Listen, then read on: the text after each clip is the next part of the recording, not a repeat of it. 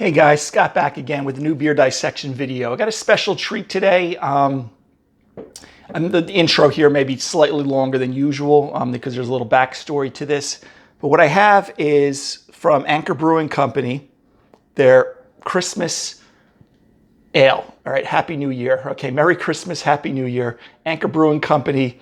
It's their, classic, brewed every year, seasonal Christmas ale. I think they call it their strong ale or whatever. I didn't look at it that closely, but this is from 2022. I'm filming this in July of 23. So now before you say, oh my God, it's probably so old, because this came out, I think, around December. I think the bottling date was around December of 2022. So I'm looking at about 7-8 months old. Actually packaged even earlier, September of 22. I'm in mid-July of 23. So, but it is their Christmas ale. It is at 7.2% alcohol. It also is, something they brew every single year. So I'm not too worried about the age if I do get some oxidative character. But why do I have this? Why did I pick it up so late? Those of you may not be familiar with the famous Anchor Brewing Company, which originally started steam beer, California common beer, which we call it now. They had trademarked the term steam beer. They're closing in some capacity. They may still be open in California, but I think they're not going to be producing the steam beer anymore. I think this is the last year of this Christmas ale. Okay. Again, I could be a little fuzzy on that if you are in California. I had read the story, but it was getting a couple different vibes. Either they're not brewing anywhere across the country, their steam beer or this, and it sounds like they may only be exclusively brewing in California. You may be able to get this beer or the steam beer, and I may be even completely wrong. So regardless, is when I saw that, one of my local stores still had it on the shelves. So I ordered it right away and got it over here, because I haven't done it since I've been starting my channel. I've had this, 5-6 years ago. Since I've been doing the channel, I haven't reviewed this beer, so I wanted to grab whatever they had left on the shelves. Not literally, but I got a 6-pack of it. So I want to do a video of it. So again, rest in peace, Anchor Brewing Company and Fritz Maytag, who took it over in the 70s and elevated the steam beer. I know that California Common, which is the steam beer, doesn't get as much notoriety as far as the American IPA or hazy IPAs, but it is kind of a classic brewery. So I wanted to pay homage, I guess, to them and pick this up. So again, I'm not even going to be worrying about the packaging date, because again, this is I forget what this style falls into. Usually I know, but some of these Christmas ales, they don't fall into any particular category. And to be honest with you, I've had this so long ago, I don't even know. Like, some Christmas beers have spices in there and things like that. I'm going to be trying to ascertain anything. So let me take a look at this.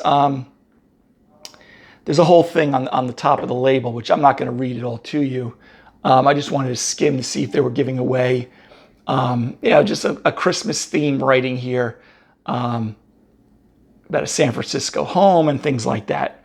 But nothing else identifying on here. Our special ale with natural flavors, 7.2% alcohol. And that's it. All right, so hopefully you find this kind of special. Anchor Brewing Company, which in all intents and purposes seems like it's going out of business or closing down or looking for a buyer. They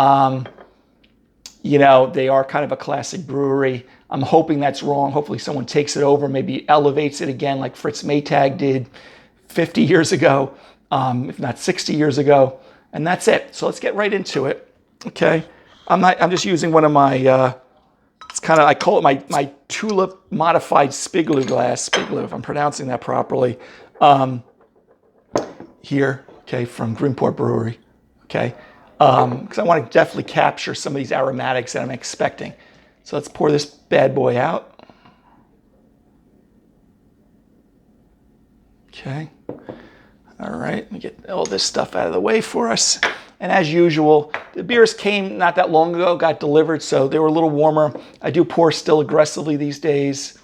So let's take a look at this. I got this nice light brown okay, head. It's a little more than I would expect at a brewery, but I poured it, and the beer is a little bit warmer than usual. Very nice pronouncing. There's a little frothing on the top, if you can see that, which is nice, kind of like you're whipping up whipped cream or something like that.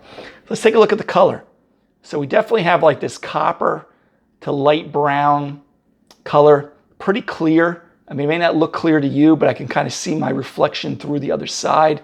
It almost looks kind of like a caramel kind of color. Okay, but very nice, pretty clear, no haze at all. And that's it. Let's take a sniff of the aroma. Ooh, God, what am I getting there? I'm getting like this, like a little bit of a toffee, a little bit of a slight caramel and nut, like kind of a mixture of the three of those. And I'm trying to pick up what spices I'm getting. I don't know if it's cinnamon.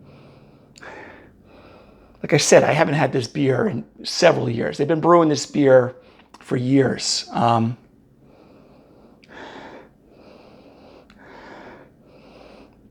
I don't know if there's like nutmeg in there.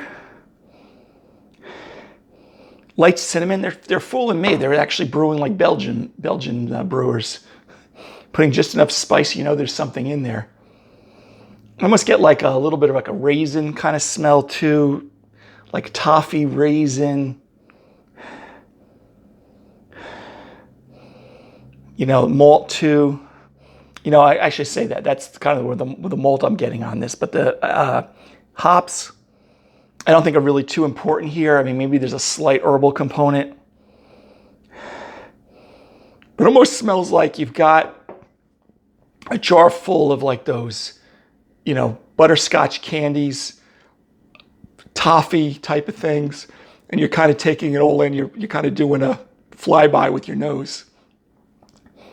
But pretty nice though. Almost like a rum raisin, ice cream kind of smell. Okay. Just resetting myself a little bit here. This one's getting me here. I don't know if it's like nutmeg or cinnamon, which a lot of times you will get in Christmas ales, but they're not broadcasting it. I may actually look at it more afterwards. Allspice possibly.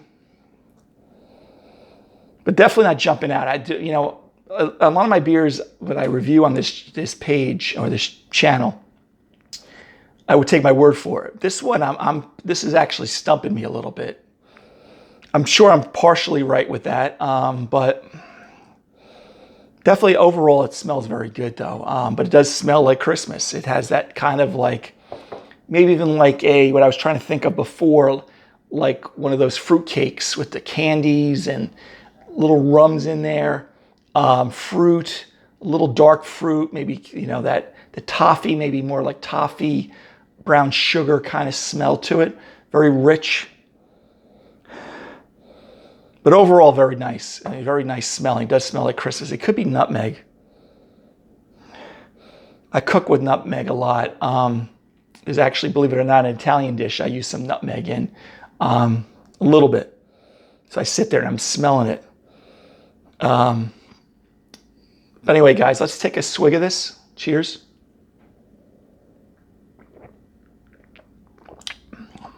I'll say low to medium carbonation. Let me stick to the malt first, because I don't really think, the hop-wise, there's very low to moderate bitterness there. Maybe there's a slight herbal component to whatever hops you're using to probably balance it off. But I don't think, hops are really not that important, I think, in this particular beer.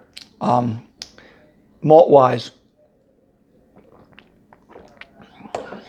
again, there's a lot of Maillard reaction here. You get kind of that slightly burnt sugar taste, like a slight caramel, nut. Even on the aftertaste, as I'm sitting here, I'm actually getting a little bit of a roast, a light roast, not espresso, like a light coffee roast on the aftertaste. no alcoholic warmth. I'm approaching it around 7.2. I've always told you in my videos that around 7.5, 8 is where I start picking up alcoholic warmth. You kind of get like that, either hazelnut, nut, toffee, slight burnt sugar and or brown sugar kind of flavor on the malt. Very nice. Again, I'm not sure if I was picking up on the nose nutmeg or cinnamon, but there's definitely that nutty, slight caramel, slight brown sugar, dark brown sugar, or slightly burnt sugar character to this. It's very pleasant. I can see why this is brewed at Christmas. Most of the time I've had this has been, December, January of Christmas season. Again, I told you, if you didn't watch, if you fast forwarded, I told you at the beginning of the video why I'm drinking it now.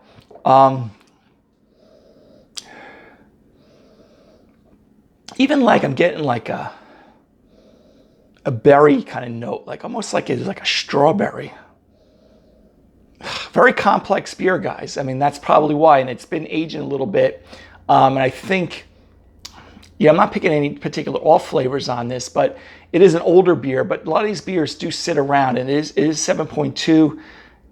It is a little more robust with the malt character, and I don't know what spices they're using. So a beer like this, I would let, if as long as you're keeping it cool, age a few extra months, because this one's roughly got September to July. But regardless, it's drinking very nicely.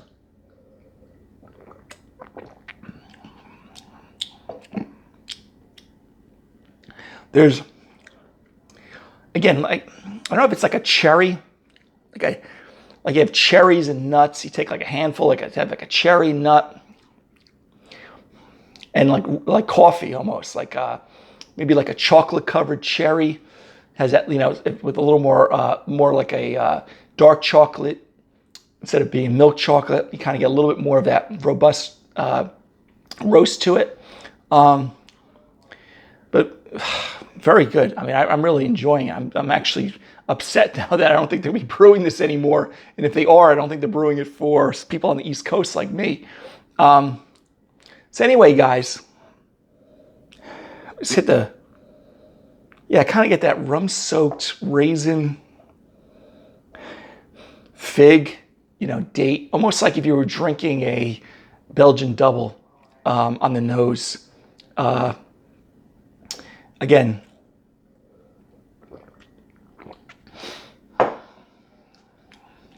when I do that little retronasal thing, breathing through the nose, almost like you're breathing out through your mouth a little bit, I get like that, like a cherry nut roast kind of thing, if that makes sense to you with this. Or maybe like, a little bit of that brown sugar, or maybe slightly burnt brown sugar, because there's definitely some Maillard reaction kind of with this. But really good, guys. Grade-wise with this, I got to give it an A+. I think this is why it's been around. This is, again, Anchor. Merry Christmas. Their Christmas Ale 2022 version.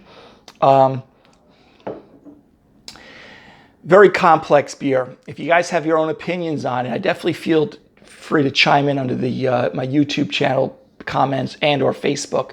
Overall drinkability, A+. Can't really compare it to anything. Christmas ale-wise, I'd still give it an A+. I can see why this has been long-standing, and it is quite depressing to think that they're not going to be brewing this regularly. Hopefully someone takes it over and brews something very similar. But anyway, guys, my take on the Anchor Christmas Ale 2022, I'm filming this in July of 23. If there's some, because it's a darker beer, if there was any malt shift or things like that, or aging characteristics, I don't get any paper, I don't get any oxidative